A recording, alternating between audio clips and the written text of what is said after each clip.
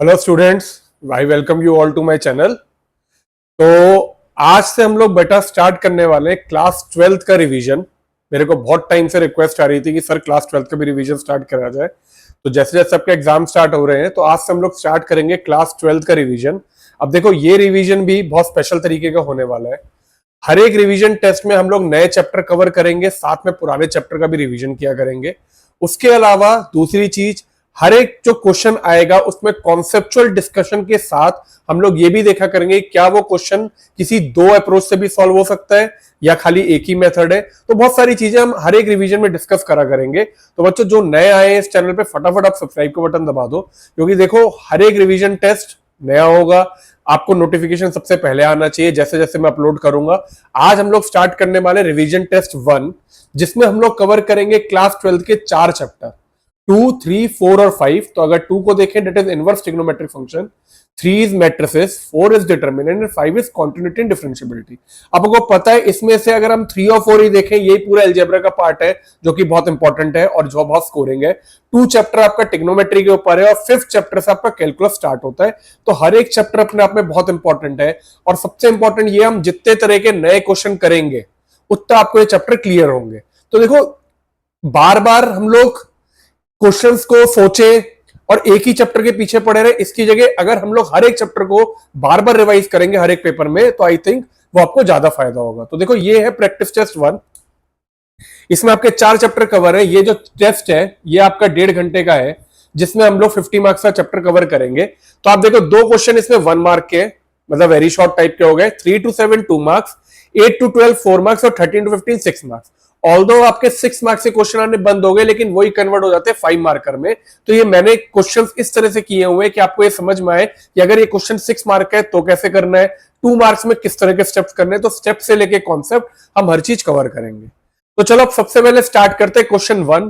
Question 1 जो है अगर आप देखो, find the value of sine 2 cot inverse 3/4। तो सबसे पहला काम होता है मैं चैप्टर आइडेंटिफाई करना। तो this is from inverse trigonometric function, मुझे इतना समझ में आता है।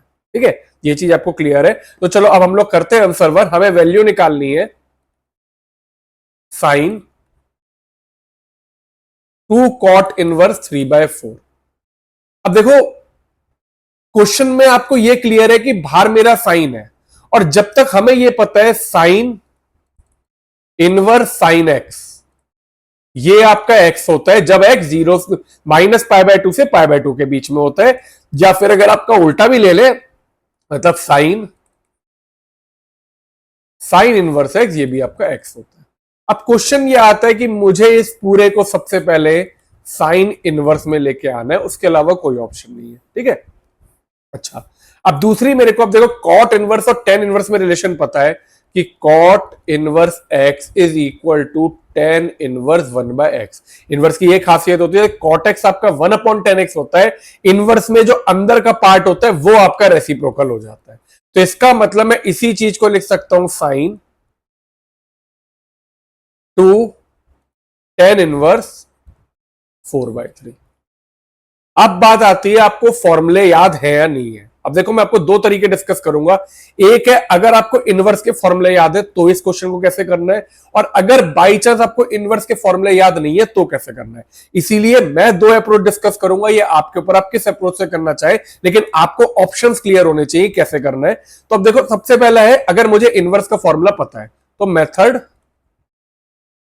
1, मैंने सीधे कहा 2 टेन इनवर्स एक्स। अगर मैं इसे साइन की फॉर्म में, अब देखो दूसरी चीज 2 टेन इनवर्स के 3 फॉर्मूले होते बेटा, एक साइन इनवर्स में, एक कॉस इनवर्स में और एक टेन इनवर्स की फॉर्म में। मुझे अभी चाहिए साइन इनवर्स, तो मैंने इसे लिख दिया साइन इनवर्स 2x अपॉन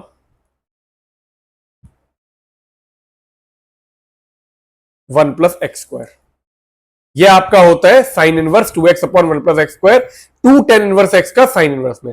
अगर ये कॉस इनवर्स में देखोगे तो ये होता है cos inverse 1 - x² upon 1+x², और टेन इनवर्स में ये हो जाता है 2x अपॉन 1 - x²। तो अब ये sine inverse 2x upon 1+x² है, मैंने सीधे यहां पे डाला साइन, और अगर आप कंपेयर करो तो x यहां पे क्या होगा आपका, x इज इक्वल टू 4/3। तो यहां पे मैंने किया sine inverse 2 into 4/3 upon 1 plus 4/3 का whole square. This is sine inverse 2 into 4/3 आपका हो जाएगा 8/3 अपॉन 1 प्लस 4/3 का स्क्वायर का होगा 16/9। आई होप ये क्लियर है। अब आपने क्या किया यहां पे साइन इनवर्स 8/3 इसे ऐड किया 16 प्लस 9 इज 25/9। सिंप्लीफाई किया साइन इनवर्स 8/3 इंटू 9/25 ये ऊपर चला गया तो ये कट गया। आपका ये साइन और साइन इनवर्स हट जाएगा 8 इंटू 3 तो आपका आंसर आ गया 24/25। This is your answer. Although ये क्वेश्चन 1 मार्क्स का है तो आपको एक कुछ करने की जरूरत नहीं है। आप सीधे आपको अगर ये फॉर्मूला याद है 2 tan इनवर्स x का सीधे यहाँ पे फॉर्मूला लगाइए sine inverse 2x upon 1 plus x square दोनों को हटा के सीधे आप आंसर लिख सकते हो क्योंकि इसमें मेथड की कोई जरूरत नहीं है। बट स्टिल मैं आपको मेथड वाइज समझा रहा हूं जिससे आपको क्लियर हो। तो आपका ये आंसर आ गया 24/25। अब क्वेश्चन आता है अगर मुझे फॉर्मूला याद नहीं हो तो क्या करेंगे। अगर बाई चांस मुझे ये क्वेश्चन मिल गया साइन 2 tan इनवर्स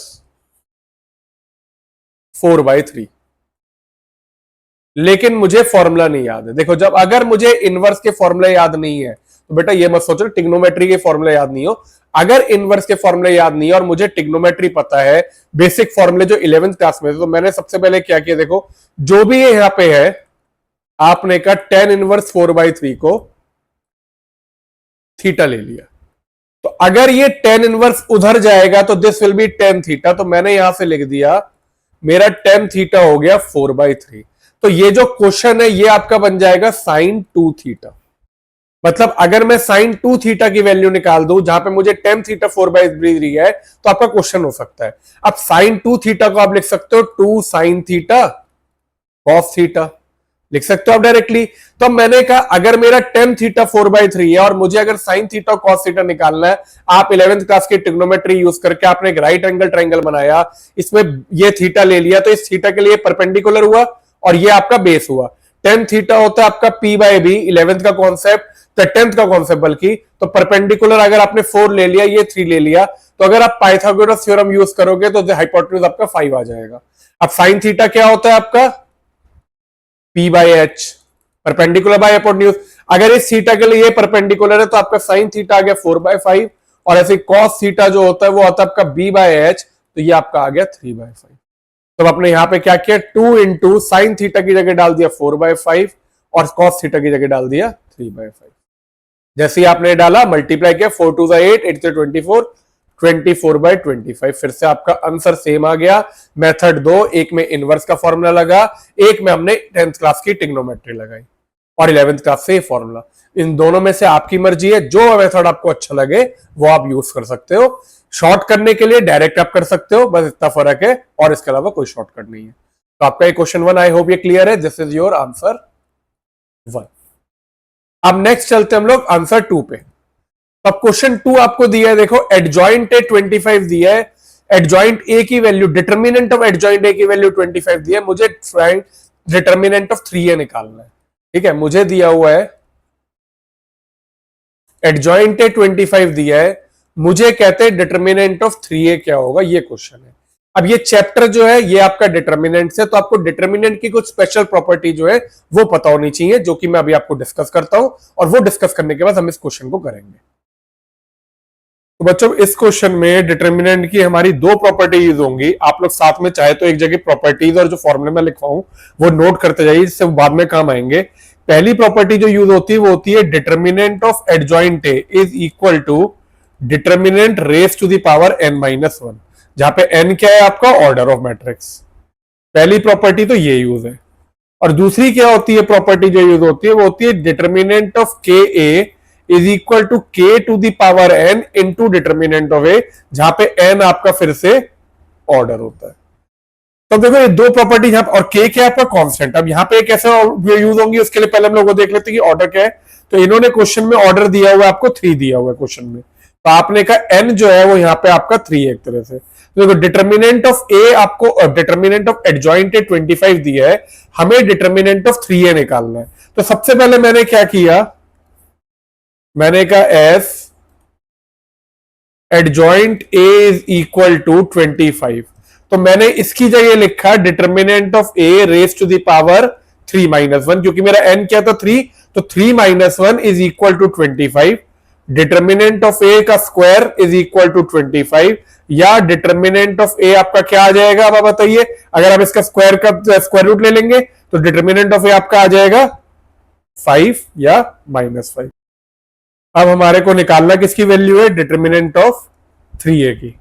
तो अगर मैं कंपेयर करूं इस प्रॉपर्टी से, जो हमने ये प्रॉपर्टी लिखी हुई है determinant of K is equal to K की power n into determinant of A, तो अगर मैं इधर देखूं तो मेरा के क्या होगा, एक तरह से के आपका है यहाँ पे 3 और एन बी के आपका 3, तो इसी को मैं लिख सकता हूं अब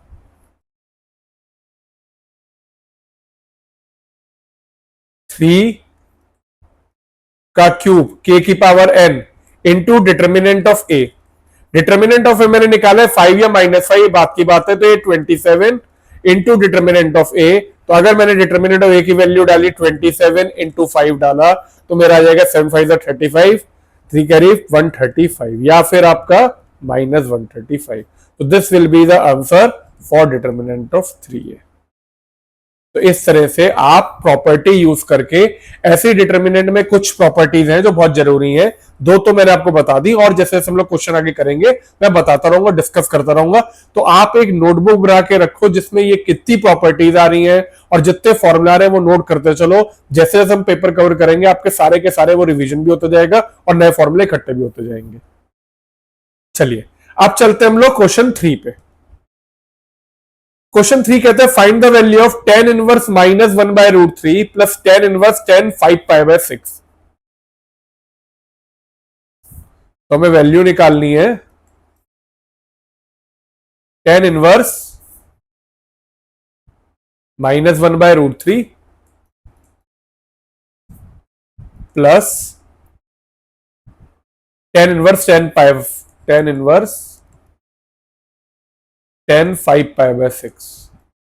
अब देखो इसमें सबसे जरूरी है हमारे को यह समझना, जब भी मुझे इनवर्स के क्वेश्चन सॉल्व करने होते हैं तो सबसे पहले वो होता है हमें उसकी प्रिंसिपल वैल्यू पता होती है किसके बीच में लाई करती है। अगर इतना आपको पता है तो आप इसके क्वेश्चन बहुत आसानी से कर सकते हैं, जो ज्यादा वो नहीं है।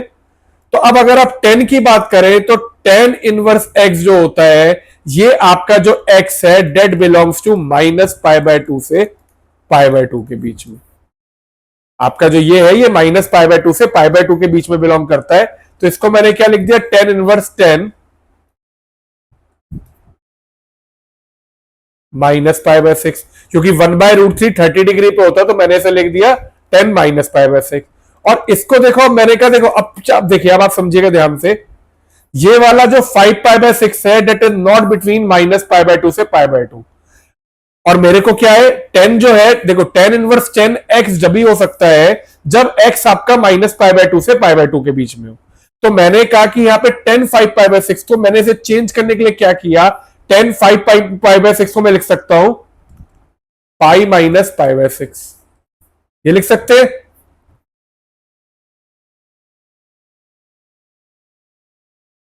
ये एज इट इज लिख दिया क्योंकि ये हमारा स्टैंडर्ड फॉर्म में है। इसमें मैंने क्या किया, देखो tan 180 minus theta is -tan theta, तो ये आपका आ जाएगा 10 -π/6।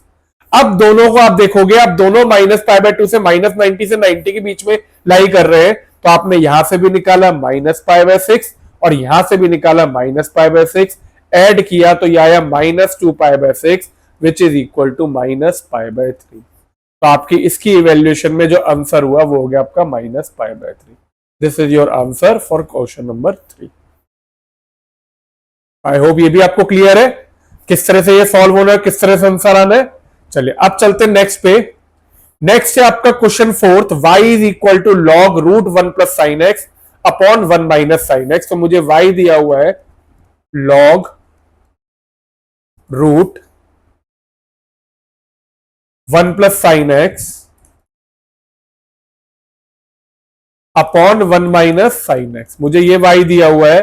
और मेरे को क्या निकालना है, प्रूफ करना है dy by d x is equal to sec x.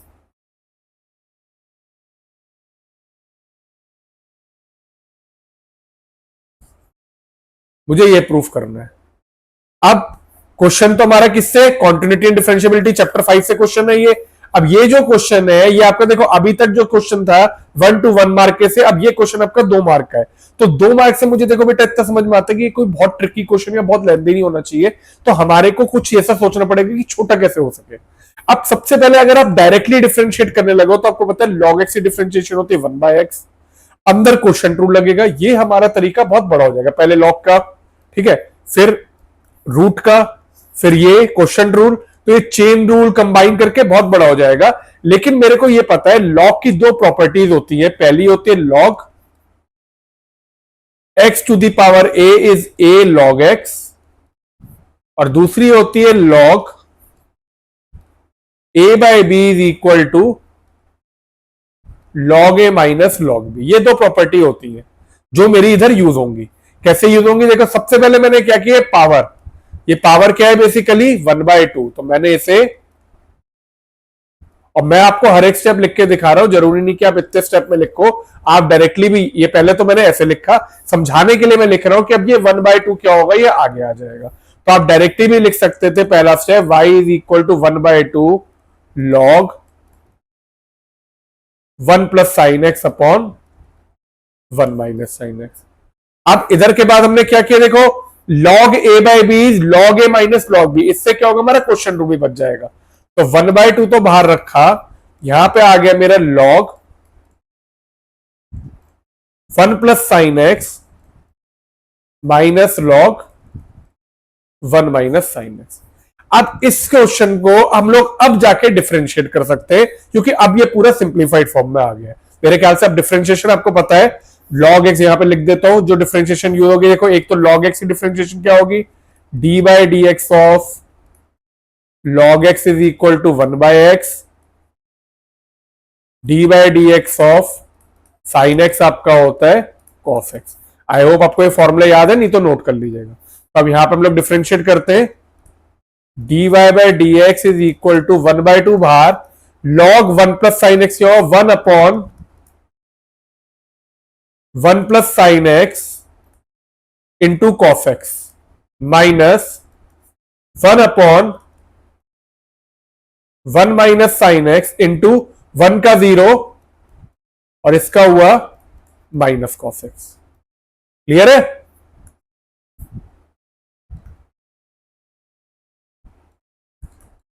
One by two cos x upon 1 plus sine x, ये माइनस माइनस मैंने प्लस कर दिया वापस, तो आपका आया cos x upon 1 minus sine x. अब देखो ये मेरा डिफरेंशिएट तो हो गया, लेकिन अब चलते हैं, मैं प्रूफ करना है dy by d x is equal to sec x. तो अब सबसे पहले इसे सिंप्लीफाई करके मुझे जो प्रूफ करना है वो लेके आना है। तो मैंने क्या किया, मुझे cos x कॉमन दिख रहा है, मैंने cos x कॉमन निकाल लिया, cos x बाय 2, यहां पे बचा 1/1 plus sine x plus 1/1 minus sine x. अब यहां पे लेंगे हम एलसीएम, यहां पे y डैश लिख देते हैं 1/2 cos x। तो ये एलसीएम लिया तो देखो नीचे तो आ जाएगा आपका a plus b, a minus B, a square minus b square, तो ये आ गया 1 माइनस साइन स्क्वायर एक्स। इधर 1 प्लस साइन एक्स था, तो आपका आएगा 1 minus sine x plus 1 plus sine x.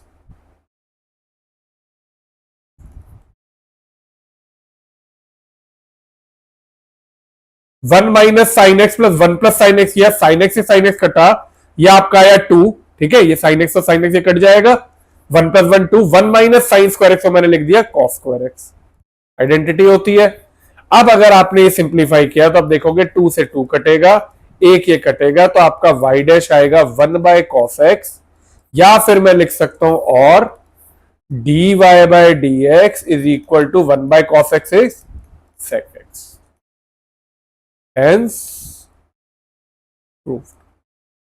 आई होप सिंपल था, बस आपको ये प्रॉपर्टी पता होनी चाहिए लॉग की बेटा, दिस इज वेरी इंपॉर्टेंट। अगर आप इसे यहां तक करोगे तो आपको 1 मार्क मिलेगा, अगर आप ये पूरा प्रूफ कर देते हो यहां तक तो आपको 2 मार्क्स मिल जाएंगे। ये स्टेप वाइज मार्किंग होती है, लेकिन हाँ ये प्रॉपर्टी, ये फॉर्मूला जितने लिखोगे उतना बेटर है। ठीक है, तो ये हो गया हमारा क्वेश्चन 4।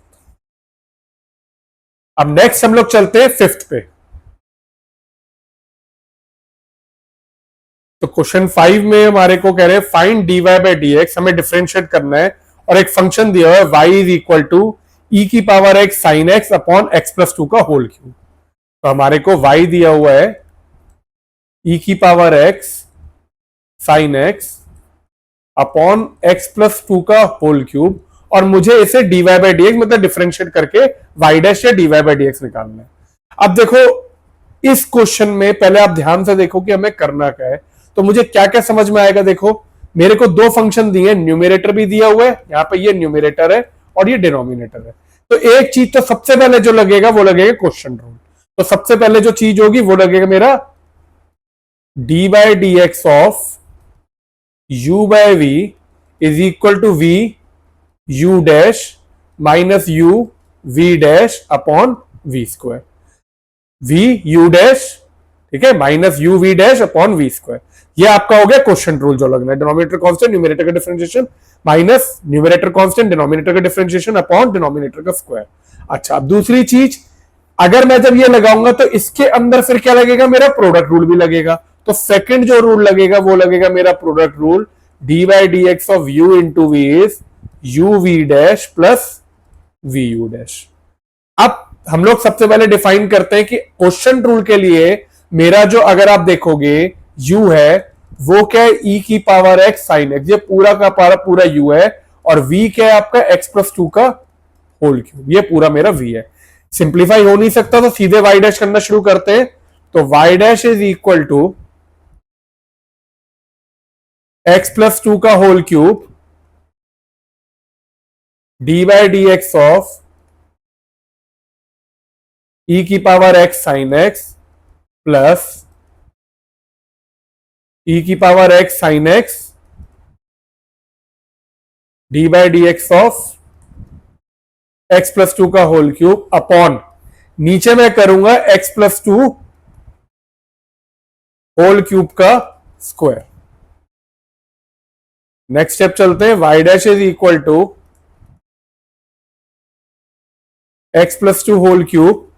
अब इधर लगेगा मेरा प्रोडक्ट रूल, e की पावर x साइन x है, इसमें लगेगा मेरा प्रोडक्ट रूल। तो e की power x constant, sine x मैं डिफरेंशिएट कर देता हूं cos x, plus sine x constant, e की पावर x का डिफरेंशिएशन हुआ e की पावर x, ये इतना छोड़ दिया, प्लस e की पावर x साइन x। अब देखो इधर x plus two whole cube में मेरा लगेगा चेन रूल, जिसने मेरा लेक्चर नहीं देखा वो चेन रूल का लेक्चर देख सकता है, छुपन छुपाई मैथड। सबसे पहले ये x क्यूब की तरह ट्रीट होगा, तो this will B 3x plus two का होल स्क्वायर, और x प्लस टू का डेरिवेटिव होगा 1, तो मैं इसे यहीं पे बंद कर देता हूं। पूरे में डिनोमिनेटर में सीधे कॉमन आ जाएगा मेरा x plus two raise to the power 3 into two, आपका हो जाएगा 6, क्योंकि m इंटू एन मल्टीप्लाई हो जाता है। अब बचता है मेरा सिंप्लीफाई करना। तो अगर आप सबसे पहले देखो तो इन सब में से x प्लस टू का होल स्क्वायर कॉमन निकल सकता है, या अगर आप चाहो तो पहले इसमें से निकाल लो, एक एक स्टेप कर लो जिससे कंफ्यूजन नहीं हो। पहले इधर से मैंने e की पावर x कॉमन निकाला, x प्लस टू का होल क्यूब कॉमन निकाला, अंदर बचा मेरा cos x plus sine x। इधर मैंने 3 e की power x sine x x plus two का whole square divided by x plus two की पावर 6। अब आप चाहो तो इसमें और कॉमन निकाल सकते हो, देखो क्या निकल सकता है, e की पावर x और x प्लस टू का होल स्क्वायर, ये कॉमन निकल सकता है, इसके अलावा कुछ नहीं निकलेगा। तो मैंने यहां पे e की power x plus two whole square common निकाला, तो इधर बच जाएगा x plus two into cos x plus sine x plus 3 sine x upon x plus two की पावर 6। ये बिल्कुल सेम है, तो ये कटेगा तो यहां पे 6 माइनस 2 4 बचेगा। तो लास्ट स्टेप में एक और सिंप्लीफाई करके जितना मेरा मैक्सिमम है, तो मेरा y dash is equal to e की पावर x x+2 का होल स्क्वायर, x+2 का होल स्क्वायर नहीं आएगा ना, अब तो हट गया, e की पावर x से शुरू होगा बस, e की power x, x+2 cos x plus sine x plus 3 sine x upon x+2 to the power 4। This is your y dash. यह आपका आंसर हुआ पूरे क्वेश्चन 5 का। तो आई होप आपको ये भी क्लियर होगा बेटा। तो अब ये आपके हो गए क्वेश्चन 5 कॉन्टिन्यूटी एंड डिफरेंशियबिलिटी से। अब नेक्स्ट चलते हैं क्वेश्चन 6 पे। क्वेश्चन 6 आता है आपका मैट्रिसेस से। मैट्रिसेस की बेसिक प्रॉपर्टी सिमेट्रिक और स्क्यू सिमेट्रिक से। If A and B are symmetric matrix, ये कहते हैं ए और बी सिमेट्रिक मैट्रिक्स है, तो यहां पे चाहे लिख लो ए एंड बी आपके सिमेट्रिक दिए हुए हैं। तो मुझे प्रूफ करना है, proof that A B minus B A is skew symmetric. तो आपको कहते हैं A B minus B A जो है that will be skew symmetric.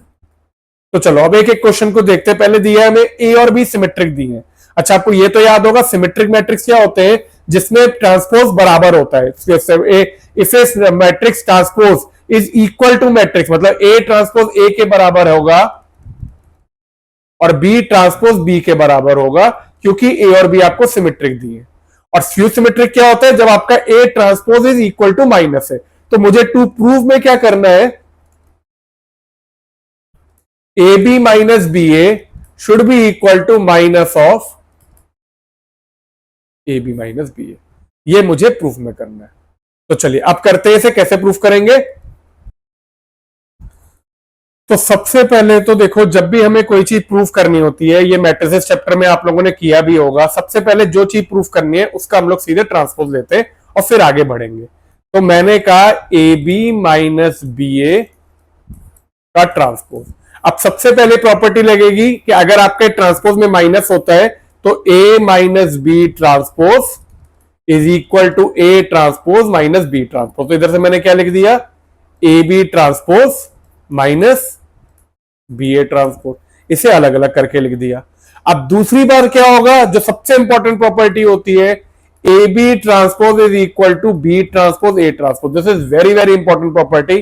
तो आपने यही चीज यहां पे लगाई, आपने कहा A B minus B A का ट्रांसपोज, इसे आपने लिख दिया B transpose A transpose minus इसे लिख दिया A transpose B transpose.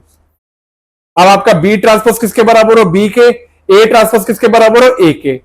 A transpose फिर से ए के बराबर हुआ, बी ट्रांसपोज बी के बराबर। क्यों, क्योंकि ए और बी आपको सिमेट्रिक मैट्रिक्स दिए हैं, ये आपने इधर से यूज किया कि ए ट्रांसपोज ए के बराबर है, बी ट्रांसपोज बी के बराबर, आपने रिप्लेस कर दिया।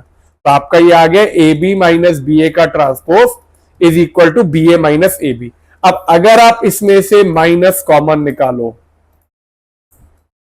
अगर आप इसमें से माइनस कॉमन निकालो तो आपका आएगा A B minus B A. तो जैसे ही ये आया तो आपका ये A B minus B A transpose is minus of A B minus B A, therefore A B minus B A is skew symmetric. ये आपका स्क्यू सिमेट्रिक हो गया। ठीक है, क्लियर है। चलिए अब चलते हैं हम लोग नेक्स्ट क्वेश्चन पे, विच इज क्वेश्चन 7। तो क्वेश्चन 7 में मुझे दिए इवेल्युएट, ये इनवर्स ट्रिग्नोमेट्री का क्वेश्चन है, sec square tan inverse 2, sec square tan inverse 2 plus cosec square cot inverse 3। Cosec square cot inverse 3। चलो देखो, अब हमें यह तो पता है कि tan of tan inverse x will be equal to x। Same logic से कॉसेक और कॉसेक इनवर्स x होगा तो वो भी x होगा। तो मेन मुद्दा आता है कि इसे चेंज कैसे किया जाए। तो मुझे ये आइडेंटिटी पता है, sec square theta is equal to 1 plus tan square theta और cosec square theta is equal to 1 plus cot square theta. यहां पे फर्क क्या है, मेरा ये पूरा का पूरा जो है इसमें ये आपका जो है थीटा का काम कर रहा है, इसमें ये थीटा है और इसमें ये थीटा है। तो मैंने यही आइडेंटिटी लगाई, इसको मैंने लिखा 1 + tan² tan−1 और इसे लिखा मैंने 1 + cot²cot−3। अब अगर आप देखोगे tan(tan−2) आपका 2 होता, लेकिन ये स्क्वायर है तो स्क्वायर में क्या होगा, मतलब ये 2 बार है, एक तरह से आपका tan × tan−2 और tan(tan−2), तो ये आपका आ जाएगा 2 का स्क्वायर और इस वाले को आप लिख सकते हो 3 का स्क्वायर। अब इसे सिंप्लीफाई किया तो 1 + 4 + 1 + 9, तो आपका आ गया 3 का स्क्वायर इज 9, 2 का स्क्वायर इज 4, 13, 14, 15, आपका आंसर आ गया 15। So this is your answer for question number 7। तो अब हमारे 2 मार्क के क्वेश्चन खत्म होते हैं। अब हम लोग चलते हैं क्वेश्चन 8। तो अब आपके क्वेश्चन 8 to 12 जो है डेट आर 4 मार्कर, तो अब इसे हम लोग मेथड वाइज और डिटेल में करेंगे। तो 8 क्वेश्चन जो है उसमें मुझे एक मैट्रिक्स दिया है, A is equal to, this is the matrix, then find the value of K for which A inverse exist. मुझे वो K की वैल्यू निकालनी है जिसके लिए A इनवर्स एग्जिस्ट करेगा। तो पहले मैट्रिक्स नोट करते हैं फिर देखते हैं क्या लगना है। A आपको दिया हुआ है 2K - 3 0 2 5 1 1 3, 2K - 3 0 2 5 1 1 3। मुझे कहते हैं इस मैट्रिक्स में K की वैल्यू निकालो जिससे A इनवर्स एग्जिस्ट करे। अब देखो आपको इसमें यह पता होना चाहिए बेटा, for A inverse to exist, अगर मेरा किसी भी मैट्रिक्स का इनवर्स एग्जिस्ट करता है तो वो मैट्रिक्स जो है determinant of A should be not equal to 0, मतलब ये नॉन सिंगुलर होना चाहिए। हमारे 2 तरह के मैट्रिक्स होते हैं, जिनका डिटर्मिनेंट 0 होता है वो आपके होते हैं सिंगुलर मैट्रिक्स, और जिसका डिटर्मिनेंट नॉट 0 होता है, नॉट इक्वल टू 0, वो होता है आपके नॉन सिंगुलर। तो जब जब आपका अगर डिटर्मिनेंट 0 है तो उसका इनवर्स एग्जिस्ट नहीं करेगा। तो हमारे को कह रहे हैं अगर ए इनवर्स एग्जिस्ट करना है, इसका मतलब determinant of A should be not equal to 0। तो मैं डिटर्मिनेंट ऑफ ए निकालता हूं, उसे इक्वल टू 0 डाल के जो के की वैल्यू आएगी उसको छोड़ के सारी की सारी वैल्यू पे एग्जिस्ट करेगा। फिर से बोल रहा हूं, मैंने कहा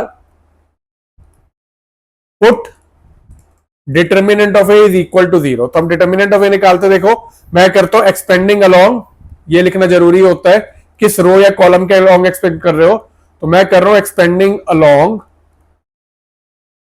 R1, R1 के अलोंग एक्सपेंड कर रहा हूं, तो आपका हुआ 2 6 - 5, नहीं आता तो मैं आपको साथ में करके भी दिखा देता हूं। जब आपने 2 लिया तो ये और ये हट गया, 6 - 5, फिर अगली वैल्यू आपने K ली तो K का आपका साइन चेंज होगा -K, ये हट गया 0 - 5, नेक्स्ट -3, ये जो थर्ड एलिमेंट है -3, तो ये हटा 0 - 2, this should be equal to 0। 6 - 5 is 1 1 2 आया इधर, -K - 5, तो ये आपका +5K हो जाएगा, -3 into -0 - 2 will be -2, -3 into -2 will be -6 +6, this is equal to 0।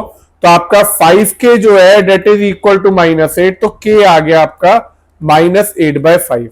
तो आप लिखोगे for A inverse to exist K is equal to R -8/5। इसका मतलब यह हुआ K कोई भी वैल्यू ले सकता है एक्सेप्ट -8/5। चाहे मैं इसे ऐसे भी लिख सकता हूं, K belongs to R minus of -8/5, मतलब सारी रियल वैल्यू ले सकता है, बस -8/5 मत देना, इसके अलावा कुछ भी दे दोगे तो K इनवर्स आपका एग्जिस्ट करेगा। सो this is your question 8 for 4 markers. चलिए अब चलते क्वेश्चन 9 पे। 9 में दिया हुआ है A इज इक्वल टू, एक मैट्रिक्स दिया आपको 2 - 3 3 4,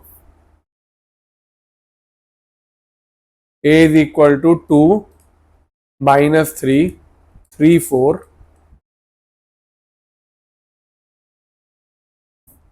एफ एक्स दिया हुआ है x square minus 6x plus 17,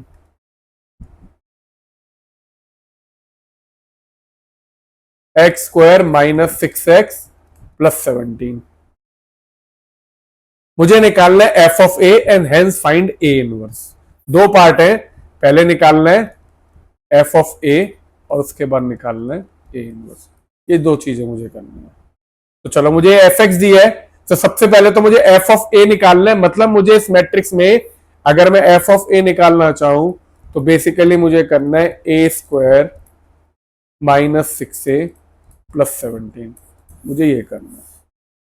तो सबसे पहले बात करते हैं ए की, ए स्क्वायर की। ए स्क्वायर के लिए क्या करेंगे,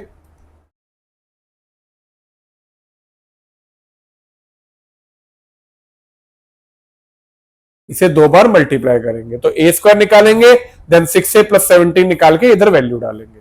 तो चलो सबसे पहले ए स्क्वायर को मल्टीप्लाई करके निकालते हैं। अब जैसा कि हम देख सकते हैं, देखो ए स्क्वायर के लिए मल्टीप्लाई करना है, ये भी मैट्रिक्स 2 क्रॉस 2 का है और ये भी मैट्रिक्स 2 क्रॉस 2 का है। क्योंकि इसके रो और इसके कॉलम बराबर है तो मल्टीप्लाई होगा, और जो रिजल्टेंट मैट्रिक्स आएगा वो भी क्या आएगा आपका 2 क्रॉस 2 का आएगा। ये कॉन्सेप्ट आपको पता है कि जो पहला मैट्रिक्स है उसके नंबर ऑफ कॉलम दूसरे के रोज के बराबर होने चाहिए, so that they can be multiplied. और जो रिजल्टेंट मैट्रिक्स आता है वो आपका पहले के रो और दूसरे के कॉलम में आता है। तो हमने यहाँ पे एक डमी मैट्रिक्स ए स्क्वायर यहां पे लिख लिया, जिसमें 1 2 4 वो होंगे A11 A12 A21 A22। ये अगर आपको नहीं आता तो मेरे लेक्चर में मैट्रिसेस चेक भी कर सकते हैं, मल्टीप्लिकेशन मैट्रिक्स में बहुत प्रॉपर तरीके से मैंने समझा रखा है। अब चलो हम लोग चलते हैं बच्चों। तो A11 के लिए हमने किया फर्स्ट रो और फर्स्ट कॉलम, तो 2 इंटू 2 4 माइनस 9, तो ये आपका आ गया पहला 4 माइनस 9। नेक्स्ट हम लोग चले A12 पे, A12 होगा आपका ये और ये, तो 2 माइनस 6 माइनस 12, माइनस 6 माइनस 12 को मैंने इधर लिख दिया, this is A12। Next is A21, A21 क्या होगा आपका 6 प्लस 12, ये आपका इधर आ गया 6 प्लस 12। और last is A22, A22 will be minus 9 plus 16, तो ये मैंने इधर लिख दिया माइनस 9 प्लस 16। इसे आप कैलकुलेट करके पहले ए स्क्वायर निकाल लेते तो ए स्क्वायर आपका आ जाएगा 4 माइनस 9, एक बार चेक कर लो, 4 माइनस 9, 4 2 माइनस 3 3 4, हाँ तो ये 4 माइनस 9 आपका आ जाएगा minus 5, minus 6 minus 12 will be minus 18, 6 plus 12 will be 18 and minus 9 plus 16 will be 7। This is your final यहां पे जो आया। अब आपने यहां पे लिया ए स्क्वायर माइनस 6 प्लस 17, इसकी वैल्यू डालना शुरू किया। ए स्क्वायर माइनस 6 प्लस 17, ए स्क्वायर में मैंने डाला माइनस 5 माइनस 18, 18 और 7, माइनस 6, ए में मैंने डाला 2 माइनस 3 3 4,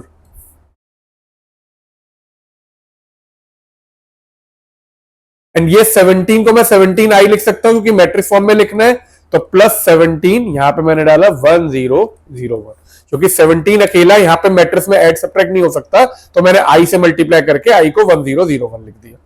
अब हम लोग इसे सिंप्लीफाई करते हैं, तो ये आएगा आपका माइनस 5 माइनस 18, 18 एंड 7, इधर ये मल्टीप्लाई होगा, अगर इधर मैं प्लस ले लेता हूं तो माइनस 6 मल्टीप्लाई होगा, minus 6 into 2, minus 6 into 2 will be minus 12, minus 6 into minus 3 will be 18 plus 18, minus 6 into 3 will be minus 18 and minus 6 into 4 will be 24, minus 24, ध्यान रखिएगा, माइनस 6 इंटू 4 में माइनस 24। फिर इधर जब हमने किया तो प्लस 17 0 0 17। अब इन तीनों को ऐड करना है, तो पहले हम लोग इन दोनों को ऐड कर लेते हैं। इन दोनों को ऐड करेंगे तो कॉरेस्पॉन्डिंग ऑर्डर सेम है, ऐड हो जाएंगे आराम से। Minus 5 minus 12 will be minus 17, minus 18 plus 18 will be 0, 18 minus 18 will be 0 and 7 minus 24 will be minus 17। इसमें ऐड हुआ आपका 17 0 0 17, तो this will be equal to -17 + 17 is 0, 0, 0 and 0. This is your answer for मतलब f A की जो value आई, therefore f of A is equal to 0, या फिर मैं लिख सकता हूं और a² -6a + 17i is equal to 0। तो ये हमारा पहला पार्ट जो है ये प्रूव हो गया। ठीक है, अब आगे चलते हैं। देखो आगे क्वेश्चन में क्या दिया है, a इज दिस, f x is this, find f of A, ये निकल गया। Hence find A inverse. अब देखो ये बहुत चीज जरूरी है बेटा, नॉर्मली आपको याद भी होगा, ए इनवर्स का फॉर्मूला होता है adjoint of A upon determinant of A. हम लोग नॉर्मली जो मैट्रिक्स होता है उसका एडजॉइंट निकाल के डिटर्मिनेंट से डिवाइड करते हैं तो ए इनवर्स आता है। लेकिन जब आपको क्वेश्चन में दे दिया जाए हेंस, हेंस मतलब जो ये रिजल्ट आया है a² -6a + 17i is equal to 0, आपको इसे यूज करके ए इनवर्स निकालना है। You don't have to use this formula. आप ये फॉर्मूला यूज करोगे तो मार्क्स नहीं मिलेंगे। हेंस मतलब कि इस रिजल्ट को यूज करिए और निकालिए। तो देखो अब इसका मैं बहुत सिंपल सा मेथड बताता हूं। सबसे पहला स्टेप क्या करना, जब भी ऐसी चीज करनी है, ये वाला जो पार्ट है आई वाला आइडेंटिटी मैट्रिक्स वाला, उसे छोड़ के सारी चीजों को दूसरी साइड ले जाओ। मतलब एक साइड खाली आइडेंटिटी मैट्रिक्स छोड़ दो, इट विल बी 17i, और इसे आप उधर ले गए तो a² - a² होगा, दिस विल बी 6a। तो ये आ गया आपका 6a - a², आपने इस तरह से लिख दी। इतना स्टेप क्लियर है? ठीक है, अब आपने क्या किया, देखो आपको ए इनवर्स चाहिए। आपको ये पता है ए इनवर्स अगर आइडेंटिटी मैट्रिक्स से जो मैट्रिक्स मल्टीप्लाई होता है वो सेम आ जाता है। तो आपको आई के बाद अगर मैं ए इनवर्स करूंगा तो यहां पे ए इनवर्स आएगा। तो मैंने क्या किया, पोस्ट मतलब क्योंकि मैं बाद में कर रहा हूं, अगर मैं पहले करता तो ये नंबरों के आगे मुझे लिखना पड़ता, विच इज नॉट गुड। तो मैंने post multiply by A inverse. जैसे ही आपने पोस्ट मल्टीप्लाई किया तो ये आया 17i A inverse is equal to 6a A inverse minus a² A inverse. हर एक चीज जो है वो आपके ए इनवर्स से मल्टीप्लाई होगी, दोनों साइड बैलेंस करेंगे तो हम लोग दोनों साइड मल्टीप्लाई कर दिया। अब हमने कहा i into A inverse, identity matrix को आप इससे मल्टीप्लाई करोगे, ये तो आपका आ गया 17 ए इनवर्स। तो देखो क्वेश्चन मेरा कैसे चेंज हुआ, मेरे को ए इनवर्स निकालना तो मैं यहां से अब ए इनवर्स निकाल पाऊंगा। a into A inverse is equal to identity matrix, तो 6 into I minus a² into A inverse को मैंने पहले ब्रेक किया, a into A inverse. a² को a इंटू ए लिखा, मैं डायरेक्टली लिख सकता था लेकिन आपको समझा रहा हूं। a इंटू ए इनवर्स हुआ i, ठीक है, तो ये आपका आएगा a इंटू आई, और i को फिर a से मल्टीप्लाई करोगे तो इवेंचुअली आपका आंसर a आ जाएगा। तो मैं डायरेक्टली अगले स्टेप में 17 A inverse is equal to 6i minus A लिख दिया मैंने। ठीक है ना, सारा कुछ सॉल्व करके ये आ गया। अब इधर से मुझे क्वेश्चन में था हेंस फाइंड ए इनवर्स, तो A inverse will be equal to 1/17 6i minus A. अब कुछ नहीं करना, आई और ए की वैल्यू डालते हैं और ए इनवर्स की वैल्यू को निकाल देते हैं। तो 1/17 एज इट इज रहा, 6 आई की जगह डाला 1001 क्योंकि 2 क्रॉस 2 मैट्रिक्स है, और ए में आपका आ जाएगा 2 - 3 3 4, 2 - 3 3 4। अब इसे सिंप्लीफाई कर देते हैं। A inverse is equal to 1/17, this will be 6006 minus 2 - 3 3 and 4। बस अब आपने इसको माइनस किया तो this will B 1/17, 6 - 2 is 4, 0 minus of -3 is +3, तो यह आ गया आपका 3, 0 - 3 is -3 एंड 6 - 4 विल बी 2। तो आपका आंसर जो है हम लोग लिख सकते हैं 4 3 - 3 2 एंड 1/17 बाहर, चाहे आप अंदर ले जाओ। So this will be your A inverse. तो आई होप आपको ये क्लियर है। So this is the method to do question number 9 which is of 4 marks. आपका ये जो 4 मार्क्स का था, तो आपको पहले एफ ऑफ ए निकाला रिप्लेस करके, उसके बाद जब भी हेंस फाइंड ए इनवर्स है तो आप समझ जाना ये क्वेश्चन दिया। कई बार बेटा इसी क्वेश्चन में चेंज ये होता है, इसकी जगह आपको दे देते ए दिया है, prove that a² - 6a + 17i is equal to 0, आपको डायरेक्टली दे देते हैं और उसके बाद कह देते हैं हेंस फाइंड ए इनवर्स। बात एक ही है, फर्क कुछ नहीं है। चलिए अब चलते हैं हम लोग क्वेश्चन 10 पे। क्वेश्चन 10 अगर हम पढ़े तो मेरे को कह रहे हैं let A B A 3, -2 A B C तीन वर्टिसेस दिए ट्रायंगल की, find the area of triangle ABC. This is your first part and equation of side BC using determinant. तो पहले हम लोग करते हैं पहला part, area of triangle ABC. तो पहले वर्टिसेस लिखते हैं फिर आगे स्टार्ट करेंगे। तो आपको ए दिया हुआ है 3, बी 2, 5 और सी -1, 3। बी 2, 5 और सी -1, 3। ये ठीक है। अब आपको पहले निकालना है एरिया ऑफ ट्रायंगल। अब एरिया ऑफ ट्रायंगल कैसे निकालें, ठीक है, आपको फॉर्मूला पता होगा। ट्रायंगल का एरिया निकालने के लिए हम लोग क्या करते हैं, यहां पे half x1 x2 x3 y1 y2 y3, ये हो गई आपकी पहली वर्टिसेस x1 y1, ये दूसरी ये तीसरी, और यहां पे मैंने लिख दिया 1 1 1। तो मेरा यहां पे आप चाहो तो वैल्यू एक जगह मेंशन कर सकते हो, x1 है 3, y1 है -2, x2 है 2, y2 है 5, x3 है -1 और y3 है 3। इसको यहां पे पुट कर देते हैं। तो this will be equal to half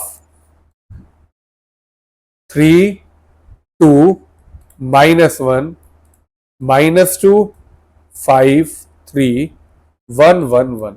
अब ये क्या है, आपको सिंपल डिटर्मिनेंट को सॉल्व करके वैल्यू निकालनी है और कुछ नहीं करना। तो ये एरिया ऑफ ट्रायंगल निकल आएगा। तो हाफ एज इट इज, यहां पे मॉड में लेके चलता हूं क्योंकि एरिया ऑफ ट्रायंगल नेगेटिव निकाल सकते हैं, इस वजह से मैंने क्या एक्सपेंडिंग अलॉन्ग, मान लीजिए R1 के अलॉन्ग एक्सपेंड करता हूं, ये लिख देना आप यहां पे। तो पहले मैंने 3 लिया, 3 लिया तो हमारा फर्स्ट रो फर्स्ट कॉलम गया 5 -3, अंदर आ गया 5 -3। फिर बाय डिफॉल्ट ये -2 है, इसका साइन चेंज होगा तो ये आपका हो जाएगा +2।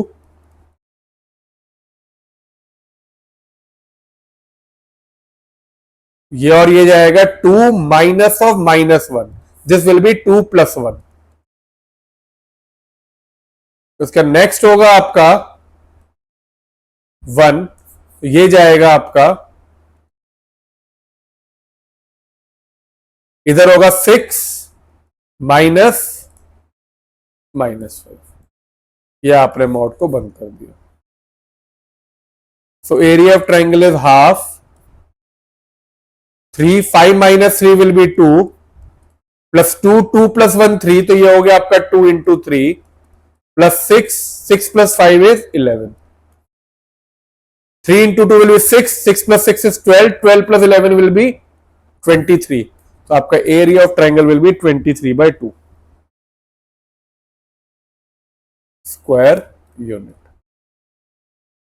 This is area of triangle by using 3 vertices. ये आपका डिटर्मिनेंट का क्वेश्चन है, लेकिन अब ये क्वेश्चन खत्म नहीं हो, हमारा एक पार्ट और बचा है इसमें, and equation of side BC using determinant. तो अब हम लोग निकालते हैं इक्वेशन ऑफ साइड बीसी। देखो अब साइड बीसी की इक्वेशन निकालने के लिए हमारे को 2 पॉइंट तो पहले ही पता है। बी कितना है हमारा 2, 5 और सी है आपका -1, 3। अब अगर मुझे एक इक्वेशन निकालनी है साइड बीसी की, किसी भी इक्वेशन, स्ट्रेट लाइन की एक इक्वेशन जो होती है date is in the form ax + by + c = 0। तो मुझे x और y चाहिए होगा, तो मैंने एक पॉइंट डी ले लिया x, y। अब अगर मुझे ये स्ट्रेट लाइन फॉर्मूले से निकालनी होती है तो आपको डायरेक्टली पता है 2 पॉइंट फॉर्मूला यूज होता है, अपने स्ट्रेट लाइन में पढ़ा था, उससे हम ये इक्वेशन निकाल सकते थे। पहले स्लोप निकालते y2 - y1 x2 - x1, उस स्लोप को 1 पॉइंट फॉर्म में y - y1 = m x - x1 करके निकाल सकते हैं। लेकिन खैर हमें निकालना है डिटर्मिनेंट से। अब देखो डिटर्मिनेंट में अगर ये स्ट्रेट लाइन के है तीनों पॉइंट, तो आपका एरिया ऑफ ट्रायंगल जो है that will be equal to 0, क्योंकि पॉइंट्स आपके कोलिनियर है। तो एक तरह से मुझे क्या डालना है बेसिकली इक्वेशन निकालने के लिए, आपके ये 3 पॉइंट जो है वो आपका x1 y1 x2 y2 x3 y3 का काम करेंगे। तो इससे मान लो मैंने ले लिया x1 y1, ये आपका हो गया x2 y2 और ये हो गया x3 y3। तो मुझे एरिया ऑफ ट्राइंगल को 0 डालना है, तो फाइंड इक्वेशन। तो मैंने कहा ट्राइंगल, या ट्राइंगल भी मत लिखो, सीधे मैंने लिखा 1/2 x1 की जगह आ जाएगा आपका x, ठीक है, यहां पे लिख दिया मैंने फिर 2 और -5, ये मैंने लिख दिया एक्स कोऑर्डिनेट। फिर अगले में y 5 और 3 1 1 1, ये पूरा होगा इक्वल टू 0 के बराबर। अब यहां से 1/2 तो उधर चला जाएगा, 0 होगा, अब सीधे एक्सपेंड अलोंग R1, R1 के अलोंग इसे एक्सपेंड करते हैं तो आपका x एज इट इज, जैसे ही x लेंगे तो ये हट जाएगा, आपका आएगा 5 - 3, अगले में लोगे आप -y, जब हम -y लोगे तो ये हटेगा 2 -1 विल बी 2 + 1, फिर लास्ट आप लोगे +1, तो इधर से आपका जैसे ही आप ये +1 लोगे ये आपका हट जाएगा, this will be 6 + 5 is equal to 0। 5 - 3 आपका 2, तो this will be 2x -3y + 11 is equal to 0। So this is your equation for straight line. This will be your answer. So हमारे 10th के दोनों पार्ट हो गए, एक में एरिया ऑफ ट्रायंगल निकल गया, उसके बाद हमने इक्वेशन निकाल दी। ये था आपका क्वेश्चन 4 मार्क्स का, पहले पार्ट के 2 मार्क्स, दूसरे पार्ट के 2 मार्क्स, स्टेप वाइज मार्किंग, इस तरह से आप स्टेप करेंगे तो आपको स्टेप्स के नंबर मिलेंगे। चलिए अब चलते हैं 11th क्वेश्चन पे। 11th क्वेश्चन देखते हैं क्या है। वाह, अब ये है कॉन्टिन्यूटी एंड डिफरेंशियबिलिटी का, and this question is very very important. ये आपका क्वेश्चन पहली बात एनसीईआरटी में नहीं है, दूसरी बात एनसीईआरटी में नहीं है वो अलग बात है, लेकिन ये बहुत इंपॉर्टेंट क्वेश्चन है, कॉन्सेप्ट वाइज भी और वैसे भी ये बहुत यूज होता है। तो देखो अब क्या करते हैं इसमें। 11 find the value of A b and c for which this function is continuous at x equals to 0। हमें ये करना है, तो पहले तो फंक्शन यूज करिए, नोट करते हैं। आपको दिया है f of x is equal to, पहले में दिए x लेस देन 0 के लिए sin a + 1x plus sin x upon x, sin a + 1x plus sin x upon x, यह आपको दिया है x लेस देन 0 के लिए, ठीक है। फिर आपको c दिया है x इक्वल टू 0 के लिए, देन आपको दिया हुआ है रूट के अंदर x + bx² minus root x,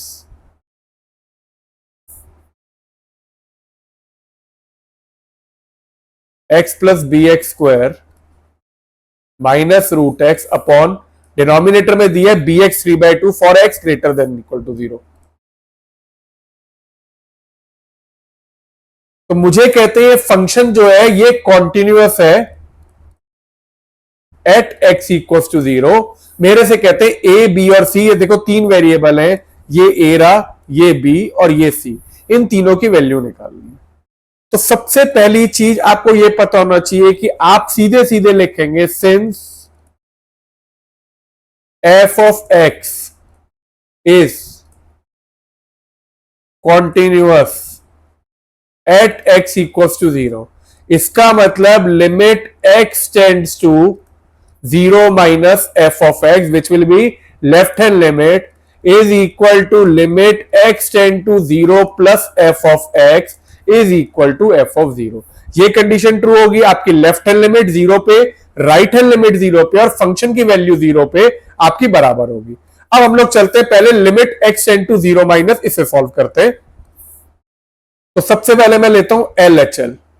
LHL में क्या हुआ आपका limit x tend to 0 minus, जिसमें आपको 0 माइनस मतलब x लेस देन 0, तो आप फंक्शन कौन सा लेंगे, ये वाला। तो अब इसे लेते हैं हम लोग sin a + 1x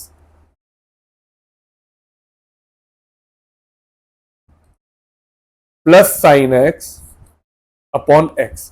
अब देखो अगर मैं अभी 0 डालता हूं बेटा, तो ये पूरा का पूरा ये 0 0.0 की फॉर्म आ रही है विच इज इनडिटरमिनेट। तो आप क्योंकि ये लिमिट 0 ही है, तो आप चाहो तो इसे चेंज कर सकते हो h की फॉर्म में, नहीं चाहो तो आप ऐसे भी क्वेश्चन कर लेते हैं। लेकिन हमें अगर करना है तो अभी 0 माइनस है तो हम लोग कुछ नहीं करते, हम लोग डायरेक्ट क्वेश्चन को सॉल्व करते हैं। तो आपने कहा limit x tend to 0 minus, सबसे पहले मुझे देखो ये आइडेंटिटी पता है कि limit x tend to 0 sin x upon x is equal to 1। तो मैंने कहा सबसे पहले तो मैंने इसे अलग अलग कर लिया, इसको लिखा sin a + 1x upon x plus limit x tend to 0 minus sine x upon x, इतना लिख दिया। अब इसके बाद आपका क्या हुआ, जब आपने ये जीरो माइनस है यहां पे और ये इधर है, दिस विल बी लाइक, अब साइन एक्स अपॉन एक्स 1 होता है, लेकिन यहां पे एंगल जो है पूरा है आपका a प्लस वन एक्स, तो आपने ऊपर नीचे a प्लस वन से मल्टीप्लाई डिवाइड कर दिया, तो इधर हुआ ये a plus one sine a plus one x upon a plus one x plus limit x tend to zero minus sine x upon x. अब इससे ये क्या हुआ, ये भी जो पूरा ये क्या हो जाएगा आपका 1, और ये भी क्या हो जाएगा आपका 1 हो जाएगा। तो आपका यहां पे ये a प्लस वन जो कांस्टेंट है ये बाहर आ गया, तो आपने यहां पे का a plus one into one plus one, ये विल वैल्यू हो गई आपकी लिमिट एक्सटेंड टू जीरो, ये हट गया, और इधर से ये भी पूरा का पूरा, ये पूरा का पूरा जो है ये भी क्या हो जाएगा आपका इक्वल टू वन हो जाएगा। तो इससे आपका जो है equal to a plus two, this is your left hand limit आ गई आपकी। ठीक है, अब ये हो गया आपका a प्लस टू। अब चलते हम लोग राइट हैंड लिमिट पे।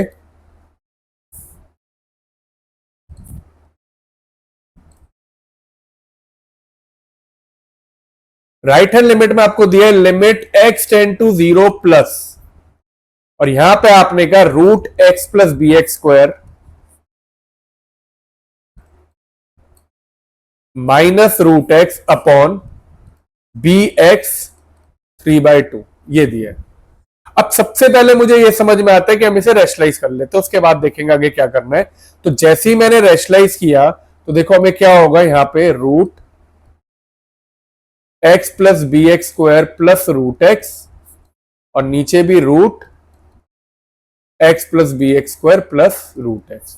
अब ऊपर a minus B, a plus b will be a square minus b square, तो यहां पे आपने कहा limit x tend to zero plus, this will be root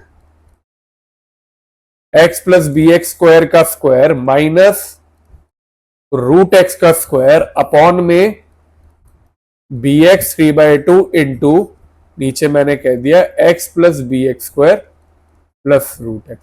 अच्छा, आपको ये लग रहा है क्यों कर रहे हो, तो एक बार चेक कर लेना, 0.0 की फॉर्म आएगी जैसे डालोगे, तो हमें सिंप्लीफाई करना ही पड़ेगा। ठीक है, अब इसे हमने सिंप्लीफाई किया आगे, limit x tend to zero plus, इसका स्क्वायर हुआ आपका x plus b x square minus root x का स्क्वायर वापस हुआ minus x, b x 3/2 root के अंदर x plus b x square plus root x, ये कटा आपका b से b कटा, x स्क्वायर और x 3/2, ये जब आपने किया तो आपका आएगा 2 minus 3/2 will be root x upon नीचे भी आ गया आपका root x plus b x square plus root x. इतना क्लियर है आई होप। अब इसे अभी भी देखो, अगर हम जीरो डालेंगे तो अभी भी 0.0 की फॉर्म हो रही है, तो इसमें आगे भी सिंप्लीफिकेशन होगी। अब क्वेश्चन ये आता है हम इसे आगे सिंप्लीफाई करें कैसे। अब ये रूट एक्स है, यहां पे तो दिख रहा है मुझे, रूट एक्स को रेशनलाइज करोगे उसका भी कोई फायदा नहीं है, क्योंकि यहां पे रूट एक्स आएगा, एक्स हो जाएगा उससे भी। तो मैंने क्या किया, मैं इधर से रूट एक्स को पहले कॉमन निकाल लेता हूं। तो मैंने यहां से इधर तो रूट एक्स ही छोड़ा, इधर से रूट एक्स कॉमन निकाला, तो यहां पे आपका बचेगा, देखो x plus b x square है, आपने यहां से x कॉमन निकाला तो बाहर रूट x जाएगा, तो ये x की जगह बचेगा 1, और यहां पे आपका बचेगा bx, क्योंकि देखो फिर से देखो, ये रूट x अगर अंदर जाएगा तो आपका होगा यहां पे क्या होगा, यहां पे x plus b x square में x कॉमन निकला तो 1 प्लस बी एक्स बचा, और यही x बाहर निकला तो it will be root x. ठीक है, प्लस यहां पे भी आपका बच गया 1। फिर से समझा रहा हूं, एक्स पी एक्स स्क्वायर में पहले x यहां पे कॉमन निकाल लेना, आप चाहो तो ये 1 प्लस बी एक्स है, एक तरह से रूट एक्स को मैंने इधर से ही बाहर खींच लिया, इधर से भी खींच लिया। अब ये आपका रूट एक्स जो है वो कट गया। जैसे ये कटा उसके बाद आपका limit x tend to zero, ये कटा, आपका आ गया 1 अपॉन रूट के अंदर 1 प्लस बी एक्स प्लस 1। अब आपने यहां पे x को 0 डाला तो इट विल बी 1 अपॉन, ये 0 हुआ तो ये आपका 1 plus 0 will be 1, 1 plus 1 will be 2, right hand limit आपके आगे 2। तो अब आपने therefore since limit x tend to 0 minus f of x is equal to limit x tend to 0 plus f of x, तो इधर से आपका 0 minus क्या है आपका a प्लस 2, तो आपने यहां पे डाला a plus 2 is equal to 1/2, या a आया आपका 1/2 minus 2 which will be a will be equal to -3/2। अब देखो बेटा, इसे सिंप्लीफाई करने के हमारे पास दो तरीके हैं। पहले मैं बताता हूं आपको लेंथी मेथड, फिर आपको एक बार बताऊंगा शॉर्टर मेथड। यहां तक क्वेश्चन बिल्कुल सेम रहेगा। अब हम लोग चलते हैं पहले लेंथी मेथड, और बहुत ध्यान से सुनना, वो सिंपल है लेकिन लेंथी है। दूसरा लॉजिकल है बट छोटा है। उसमें अब देखो क्या है, आपको ये दिया ये कॉन्टिन्यूअस है, ठीक है, आपको ये पता है फंक्शन कॉन्टिन्यूअस भी है। अब आपने यहां पे लिखा, ये इक्वेशन 1 ले लो, since f of x is continuous at x equals to 0, तो देखो इसकी लेफ्ट हैंड लिमिट और फंक्शन पे वैल्यू तो सेम ही रहेगी, तो आपने सीधे कहा limit x tend to 1 minus x square plus 3x plus a is equal to limit x tend to 1 plus, और यहां पे आपने डाला bx प्लस 2। आपने यहां पे देखो, डिनोमिनेटर 0 हो रही है, हम डायरेक्टली लिमिट पुट कर सकते हैं। जब आपने 1 पुट किया तो यहां पे आ जाएगा a प्लस 4, 1 का स्क्वायर 1, 1 प्लस 3 इज 4, तो a plus 4 is equal to b plus 2, या आपका यहां से a plus 2 is equal to b आ गया। यह आपका रिलेशन आ गया इधर। ये आपने का पुट, अब देखो यहां पे आपका इधर a और b दो चीजें थी, तो आपने a की जगह यहां पे क्या किया, put a is equal to b minus 2 in equation 1। आपने यहां पे a की जगह b माइनस 2 डाल दिया। तो अब ये क्वेश्चन क्या हो जाएगा आपका, यहां पे रिड्यूस होके limit x tend to 1 plus bx minus 2 minus a की जगह आया b minus 2 upon x minus 1। Simplify किया, bx minus 2 minus b plus 2, ठीक है, ये कट गया अपॉन x माइनस 1, तो एज इट इज रहा। तो अब आपने यहां से कॉमन निकाला,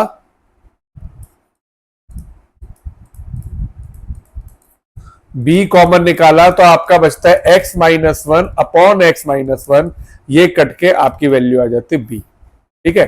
अब अगर आपका ये b आ गया तो आपने कहा therefore left hand derivative is equal to right hand derivative, तो b की वैल्यू आ जाती है 5, और अगर b की वैल्यू 5 आ जाती है, आपको पता है and a plus 2 is equal to b, so a plus 2 is equal to 5, तो a आपका आ जाता है 3। तो a की वैल्यू आ गई 3 और b की वैल्यू आ गई 5, ये आपका आंसर हो गया।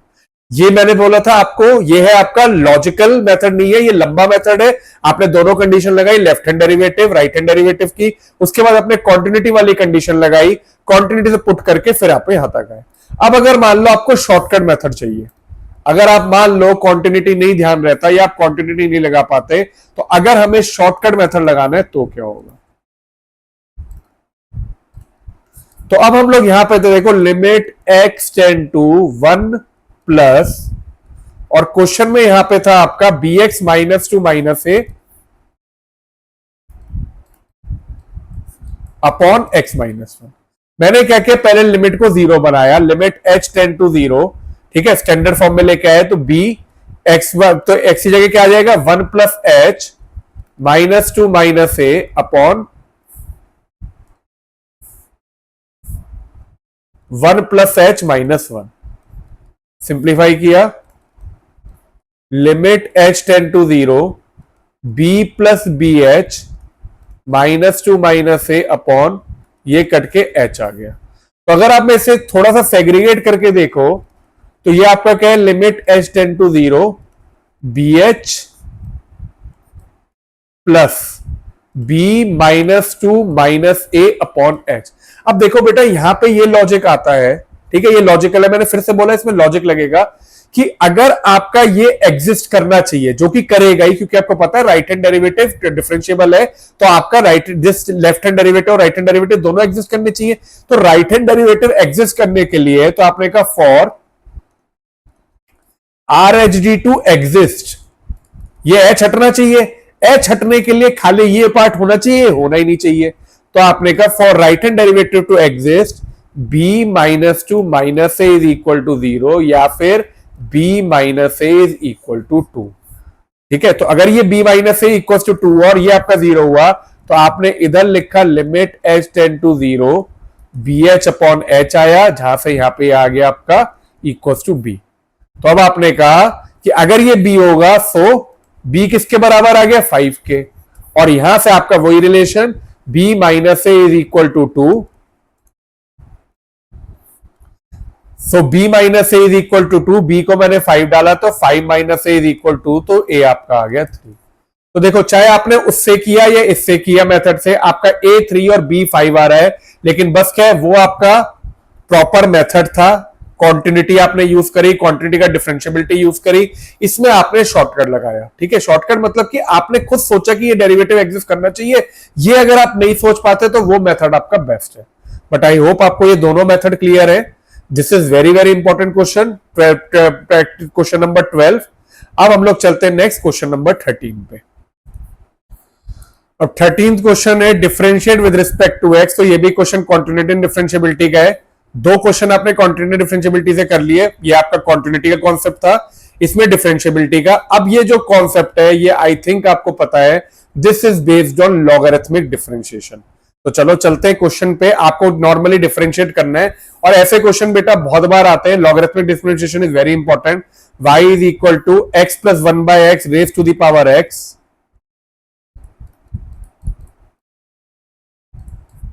Plus x to the power 1 plus 1/x।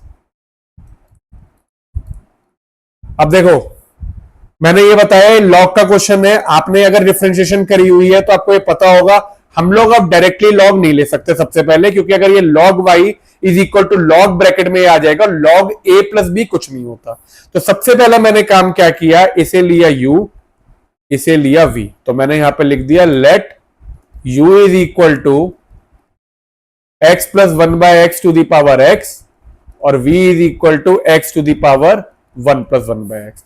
तो y क्या हो गया आपका u प्लस v, तो dy by dx will be equal to du by dx plus dv by dx। तो मुझे इन दोनों फंक्शन को डिफरेंशिएट करके यहां पे ऐड में डालना है। अब पहले हम लोग चलते हैं u की तरफ। u is equal to x plus 1/x raise to the power x। अब देखो ये बहुत क्लियर है, जब जब ऊपर और नीचे वेरिएबल होता है, इधर और पावर में भी वेरिएबल है, तो हम लोग जो लगाते हैं that is called logarithmic differentiation. ठीक है, लॉगरिथमिक डिफरेंशिएशन क्या होता है आपका, टेक लॉग बोथ साइड्स। तो आपका ये हुआ आपका log u is equal to, इसे आप आगे लेके आओगे तो ये होगा x log x plus 1/x। अब हमने डिफरेंशिएट किया, लॉग u का क्या होगा 1/u into u dash is equal to x log is. अब देखो अब यहां पे क्या लगेगा, प्रोडक्ट रूल लगेगा। प्रोडक्ट रूल के लिए आपको ये पता है ये वाला पार्ट जो है ये u होगा और ये v होगा, तो सीधे प्रोडक्ट रूल लगाते हैं x d by D x of log x plus 1/x plus log x plus 1/x d by D x of x। तो अब इसे आगे सिंप्लीफाई करेंगे, 1/u into u dash is equal to x as it is d by D x of log x plus one by x, log x का derivative होता है, आप इधर लिख सकते हैं d by D x of log x is equal to one by x. तो इसका डेरिवेटिव क्या होगा, one upon x plus one by x into chain rule, बाहर का छुपाया बाहर का किया, अंदर का छुपाया, तो पहले लॉग का किया तो ये हो गया ये। अब x का डेरिवेटिव वन और वन बाय एक्स का डेरिवेटिव होगा वन बाय एक्स स्क्वायर, तो यहां पे ये आ गया plus log x plus one by x, D by D x of x आपका वन होगा, वन से मल्टीप्लाई होगा, से लिखने की कोई जरूरत नहीं है। अब आता है इसे सिंप्लीफाई करना, तो x तो अभी इसे मैंने बाहर छोड़ा, इधर एलसीएम लिया तो ये हो जाएगा x upon x square plus one into इधर एलसीएम लिया तो ये हो जाएगा x square minus one upon x square plus log x plus one by x. अब यहां से आपने x, देखो x इंटू एक्स आपका एक्स स्क्वायर हो जाएगा, अगले स्टेप में ये भी लिख लो। अब मैं इस स्टेप को नहीं लिख रहा हूं बेटा, देखो ये x इंटू एक्स आपका एक्स स्क्वायर होगा तो ये और ये कट जाएगा, आपका यहां पे सीधे आ जाएगा x square minus one upon x square plus one plus log x plus one by x. यहां से आपका u डैश आ गया, u की वैल्यू डाली आपने, क्वेश्चन से ली, u की वैल्यू क्या होगी, x plus one by x to the power x, तो x plus one by x to the power x into x square minus one upon x square plus one plus log x plus one by x. So this is your u dash या फिर d you by D x, ये हमारा हो गया। अब हम लोग चलते हैं इसके सेकंड पार्ट पे विच इज v, v के x to the power one plus one by x.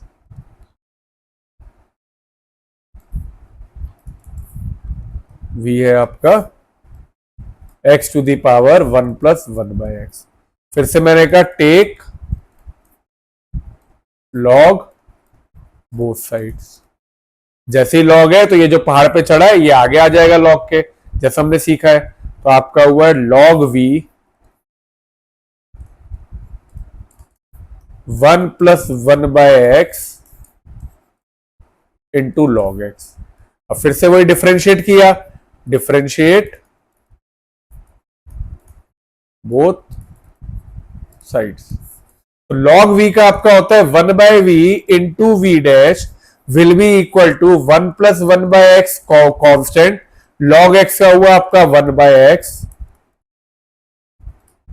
Plus log x, one का हुआ जीरो और ये हुआ आपका minus one by x square. One by v into v dash is equal to, इसे आपने किया तो ये होगा आपका वन बाय एक्स, एलसीएम ले लेते पहले, मैंने सीधे चाहिए इसमें, मैंने सीधे प्रोडक्ट रूल लगा दिया, one plus one by x log x का one by x, log x constant, इसका डेरिवेटिव वन का zero minus one by x square. अब ये हुआ आपका x plus one upon x into x, आपका एक्स स्क्वायर हो जाएगा प्लस, या प्लस की जगह यहां पे साइन करो minus log x upon x square, तो एक्स स्क्वायर तो कॉमन आ गया आपका, तो यहां से v dash is equal to v into x plus one minus log x upon x square, यही आ गया। आई होप ये क्लियर है। One plus one by x into log x, differentiate किया, लॉग एक्स चेक कर लीजिए minus one by x square, इधर किया x plus one by x और x into x x square minus log x upon x square, तो आपका यहां से v dash is equal to, v की वैल्यू मैंने डाल दी x की power one plus one by x into x minus log x plus one upon x square. तो यह आपका आ गया dv बाई डी एक्स। अब इन दोनों को हम लोग पुट करके फाइनल आंसर निकाल देंगे। तो फाइनल आंसर के लिए हम लोग लिखते हैं dy by D x is equal to du by D X plus dv by D X. अब डी यू बाई डी, ये हमने ऊपर लिखा था, सी को करा। अब D you by D X आपका ये जो है इसे पहले लिख देंगे और साथ में उसे ऐड कर देंगे, और कुछ नहीं करना है इसमें। थोड़ा सा लंबा है, बस आपको कोई सिंप्लीफिकेशन या आगे कुछ करने की जरूरत नहीं होगी। तो d Y by D x is equal to, पहले d you by D x की वैल्यू लिखते हैं। तो हमने देखा x plus one by x to the power x,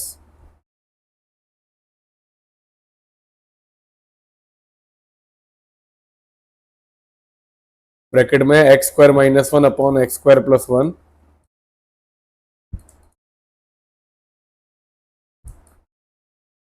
और आगे है आपका plus log x plus one by x,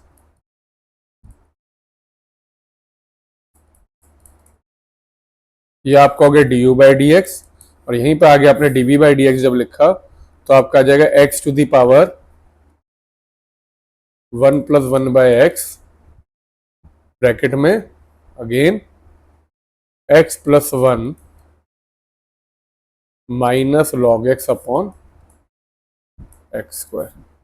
तो this is your final answer. आप चाहे इससे ब्रैकेट ब्रैकेट ज्यादा लग रहे तो बिना ब्रैकेट के भी आप सिंप्लीफाई करके, सिंपली मतलब बिना ब्रैकेट के ये ब्रैकेट हटा दीजिएगा, इस ब्रैकेट की जरूरत नहीं है, आप ये ब्रैकेट हटा सकते हैं क्योंकि ये पूरा मल्टीप्लाई हो रहा है, इस ब्रैकेट की जरूरत नहीं है, आप ये ब्रैकेट हटा सकते हैं। तो आपका ये जो है ये प्रॉपर आंसर आ जाएगा, which is your proper d Y by D X.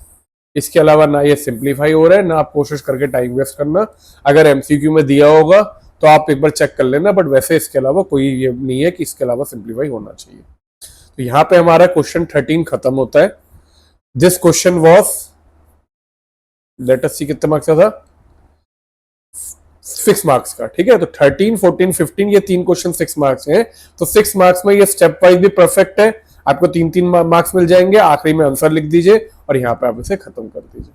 अब ये 6 मार्क्स की जगह 5 मार्क्स का आने लगा। नेक्स्ट चलते हैं 14th क्वेश्चन पे। 14th क्वेश्चन जो है, it is based on matrices and determinant. आपको कहते हैं एक मैट्रिक्स दिया है, आपको पहले ए इनवर्स निकालना है, and hence solve the following. Hence मतलब कि उस ए इनवर्स को यूज करके मुझे इस इक्वेशन को सॉल्व करना है। आपने दो तरह के क्वेश्चन किए होंगे, ये भी किया होगा कि सीधे आपको ये 3 इक्वेशन दिए और आपको कहा जाए, ये सारा कुछ नहीं दिया होता, ये वाला पार्ट पूरा मिसिंग होता है उसमें, ठीक है ना। ये वाला पार्ट जो है ये नहीं होता है, सीधे होता है solve the fifth sem of equation, आप इसे सॉल्व करते हो। ये वाला क्वेश्चन अलग होता है, इसमें आप डायरेक्ट सॉल्व करने के लिए पहले मैट्रिक्स बनाते हो फिर उसका इनवर्स निकालते हो। लेकिन यहाँ पे आपको ऑलरेडी ए दिया हुआ है, आपको पहले निकालना है उसका ए इनवर्स। तो सबसे पहले हम लोग ए इनवर्स निकालते हैं, फिर उसके आगे देखेंगे क्या करना है। तो ए जो है date is given as 1 minus 1 1,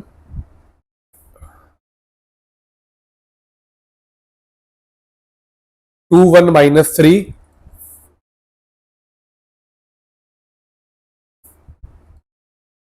1 1 1। हमें निकालना है ए इनवर्स। ए इनवर्स का फॉर्मूला आपको पता है, it is equal to adjoint of A divided by determinant of, ये आपका ए इनवर्स होता है।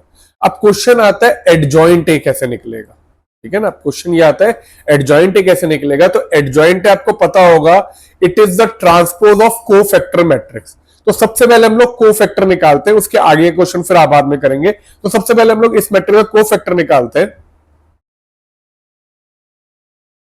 A11। A11 निकालने के लिए हमने इसे और इसे छोड़ दिया। 1 minus of minus 3, 1 plus 3 will be 4। A12, so A12 के लिए फर्स्ट रो सेकंड कॉलम, तो 2 minus of minus 3 will be 2 plus 3 which will B 5। लेकिन क्योंकि ये ऑड पोजीशन पे है तो कोफैक्टर में साइन चेंज होगा, तो आपका हो जाएगा -5। अगर आपको ध्यान होगा, आपने फिर से मैं बता रहा हूं, A12 first row second column हट गया, 2 minus of minus 3 will be 2 plus 3 which will B 5। 2 plus 3 5, लेकिन ये ऑड पोजीशन है, 1 2 इज ऑड पोजीशन, ऐड करके तो आपका -5 आ गया। Next will be A13। A13 will be equal to this and this gone, 2 minus 1 1।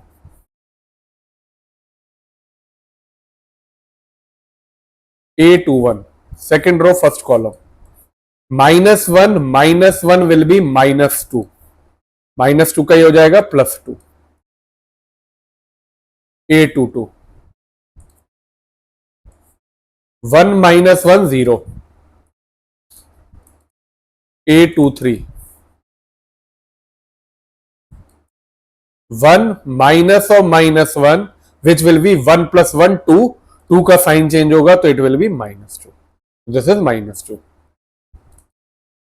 A31 third row first column 3 - 1, इधर से 3 - 1 will be 2।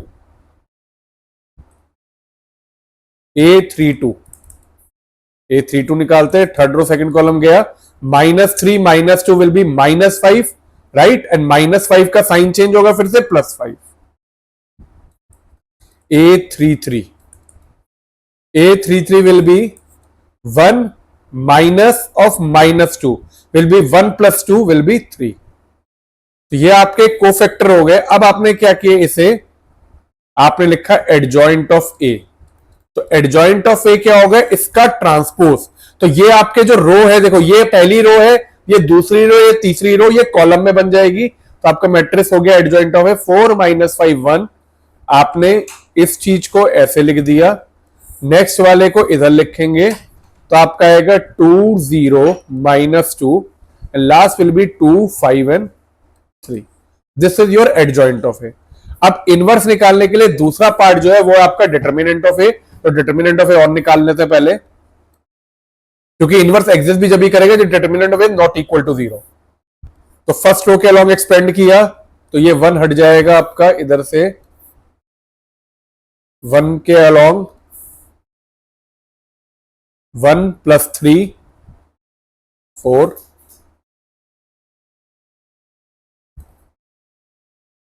Next आपने लिया माइनस ऑफ -1, क्योंकि ये वाला एलिमेंट जो लेंगे उसका साइन चेंज होगा, तो next will be minus of -1 which will be +1।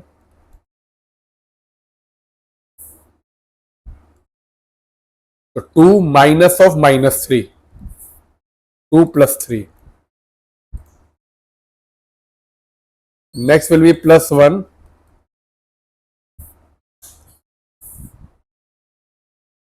2 - 1। So 3 + 1 is 4, 4 × 1 is 4, 3 + 2 is 5, 5 × 1 is 5, 2 - 1 is 1, 1 × 1 is 1। तो यह आ गया आपका 10। Therefore A inverse is equal to adjoint of A upon determinant of A, which will be equal to 1/10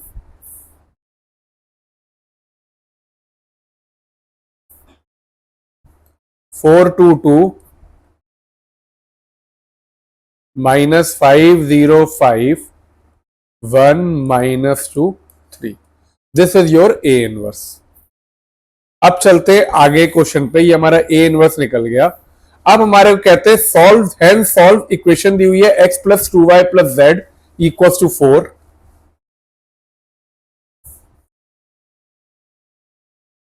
x + 2y + z = 4। दूसरी equation है -x + y + z = 0। -x + y + z = 0। And next equation है x - 3y + z = 2।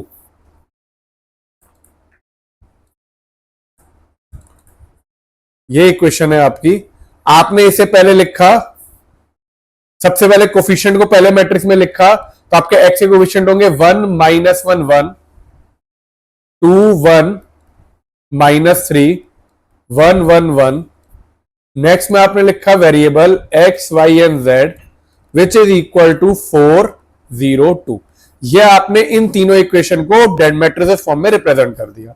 अब ये देखते हैं, देखो normally क्या होगा, a x is equal to b लेते हैं और फिर सॉल्व करते हैं, लेकिन हमें करना है hence find a inverse, inverse को फाइंड करने के बाद सॉल्व। तो पहले हम देखते हैं हमें a क्या दिया था। अगर आप देखो a दिया है 1 2 1 विच इज हेयर 1 2 1। नेक्स्ट आपको दिया हुआ है -1 1 1 सेकेंड कॉलम, जो कि यहाँ पे सेकेंड रो बना हुआ है, और ये जो है ये आपको दिया हुआ है 1 - 3 1, जो कि यहाँ पे DL है। तो हमें ये समझ में आ रहा है कि ये बेसिकली A ट्रांसपोज दिया है। तो मैंने क्या किया, पहले से एक मैट्रिक्स ले लिया B, इसको ले लिया x is equal to C। तो मेरा आ गया है bx is equal to C। अब मुझे x निकालना है, तो मैंने कहा pre multiply by B inverse. ये वैसे ही है जैसे आप करते हैं, तो इधर आएगा आपका B inverse into B, X is equal to C. ये हो गया आपका आई, आई इंटू एक्स हो जाएगा। अच्छा इधर तो रहेगी हमारा लिखना, इधर लिखेंगे बी इनवर्स सी। तो B inverse B I, I into x is x, तो आपका एक्स आ जाएगा बी इनवर्स सी। अब मुझे बी इनवर्स निकालना है, लेकिन मुझे यह पता है जो बी है which is equal to A transpose.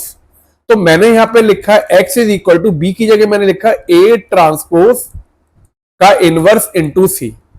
मैंने बी की जगह लिख दिया ए ट्रांसपोज, क्योंकि अगर ए का ट्रांसपोज दे रहे हैं तो मुझे बी मिल रहा है।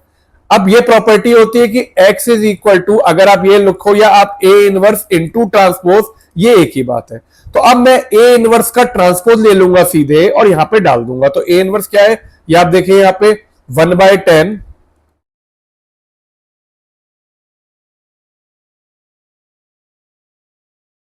ए इनवर्स की वैल्यू लिखते हैं 422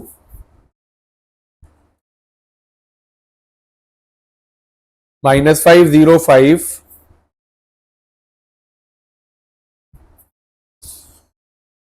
1-2 3, ये ट्रांसपोज इंटू सी की वैल्यू है आपकी 402।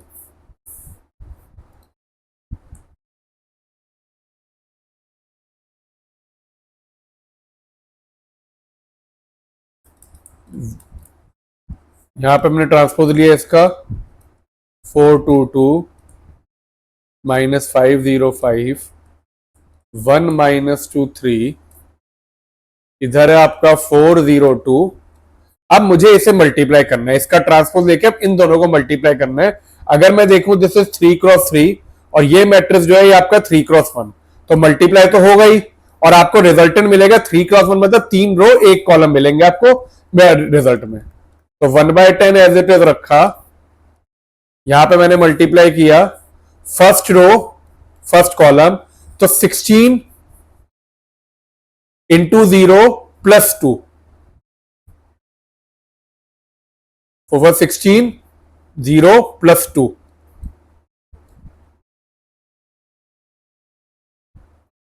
नेक्स्ट इधर किया मल्टीप्लाई 8 + 0 -4, और लास्ट वाला किया तो 8 + 0 +6।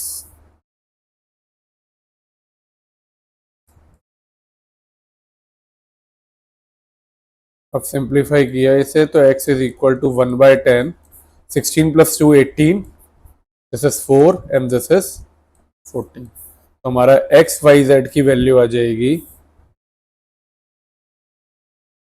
x y z is equal to यहाँ पे 18/10, 4/10, 14/10, या फिर सिंप्लीफाई करके x is equal to 18/10, y is equal to 4/10, z is equal to 14/10, और x is equal to 9/5, y is equal to 2/5, या z इज इक्वल टू 7/5।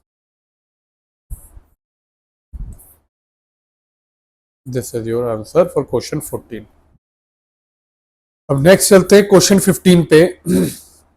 आपको दिया है √1 - x²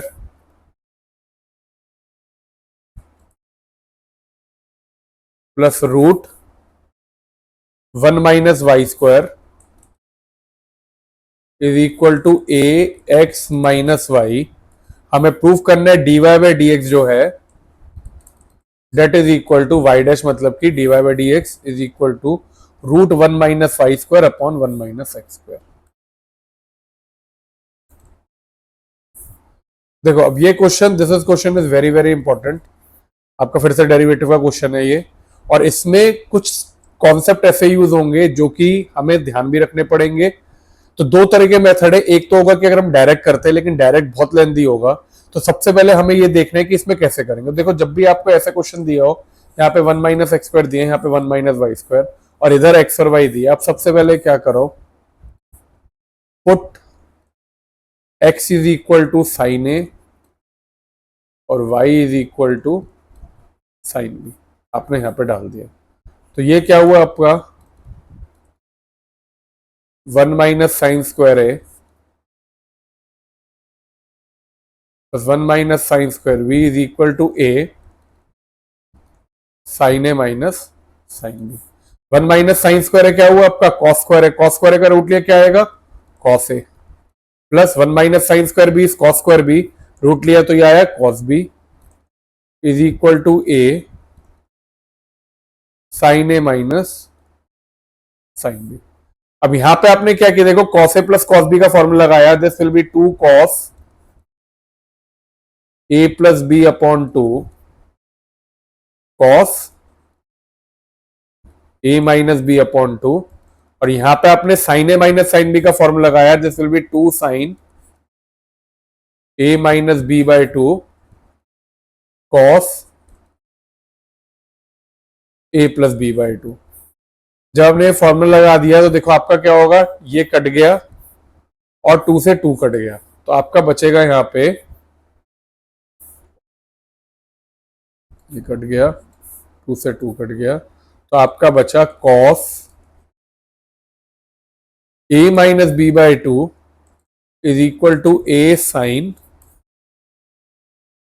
A minus B by 2। इसे मैं नीचे लेके आया तो मैं लिख सकता हूं cot A minus B by 2 is equal to A, या A minus B by 2 will be equal to cot inverse A. Therefore A minus B की वैल्यू आ गई 2 कॉट इनवर्स ए, ये आ गई। अब इससे क्या हुआ, ए आपका क्या है साइन इनवर्स एक्स, अगर मैं ए को दूं तो साइन इनवर्स एक्स, तो बी क्या है आपका साइन इनवर्स वाई। तो मैंने जब वापस रिप्लेस किया इसे, तो इधर मैंने लिखा sine inverse x minus sine inverse Y is equal to 2 cot inverse A. तो जो मेरा क्वेश्चन ये था ये पूरा, अब ये चेंज होके इसी क्वेश्चन की जगह आपका आ गया है sine inverse x minus sine inverse Y is equal to 2 cot inverse x. लेकिन इसे चेंज करने के लिए आपको ये पता होना चाहिए कि आपको पुट क्या करना है, that is why this question is very important. अब मैंने किया डिफरेंशिएट बोथ साइड्स, तो साइन इनवर्स एक्स का हुआ आपका 1 upon root 1 minus x square, इसका हुआ आपका 1 upon root 1 minus Y square into y dash, this will be equal to 0, इसका डेरिवेटिव 0 होगा।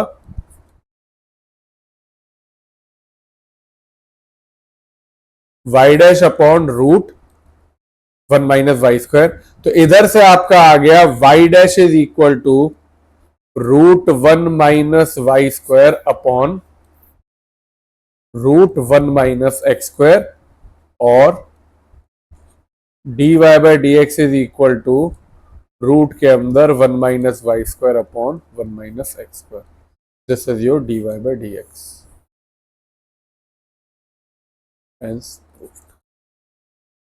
सो इस तरह से आप इस क्वेश्चन को x को साइन है और y को साइन भी लेके, या x को साइन भी y को साइन है कुछ भी ले लेते, इस तरह से कर सकते हैं। ये भी हो सकता था अब x को cos ले लेते और y को cos भी ले लेते, ये भी पॉसिबिलिटी थी। इससे ये सारे तरीके होते हैं, लेकिन हाँ आपको पुट करके ये क्वेश्चन बहुत आसान हो जाएगा।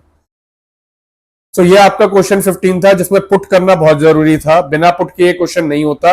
अगर आप ट्राई करते, हो सकता है कैलकुलेशन करके रीअरेंजमेंट करके क्वेश्चन हो जाता, बट वो बहुत लेंदी होता, आपके आराम से 15-20 मिनट वो हो जाते। तो देखो कई क्वेश्चन ऐसे होते हैं जिसमें आपको कुछ ना कुछ ध्यान रखना पड़ता है, उसकी हिंट मैं आपको साथ साथ दे रहा हूं। अभी ये पहला पेपर है, इसमें मैंने कुछ हिंट दिए, आप इसे नोट करते जाओ। This question is very important, आप इसे ध्यान रख सकते हो कि ये क्वेश्चन पुट करके करना है, this is very very important.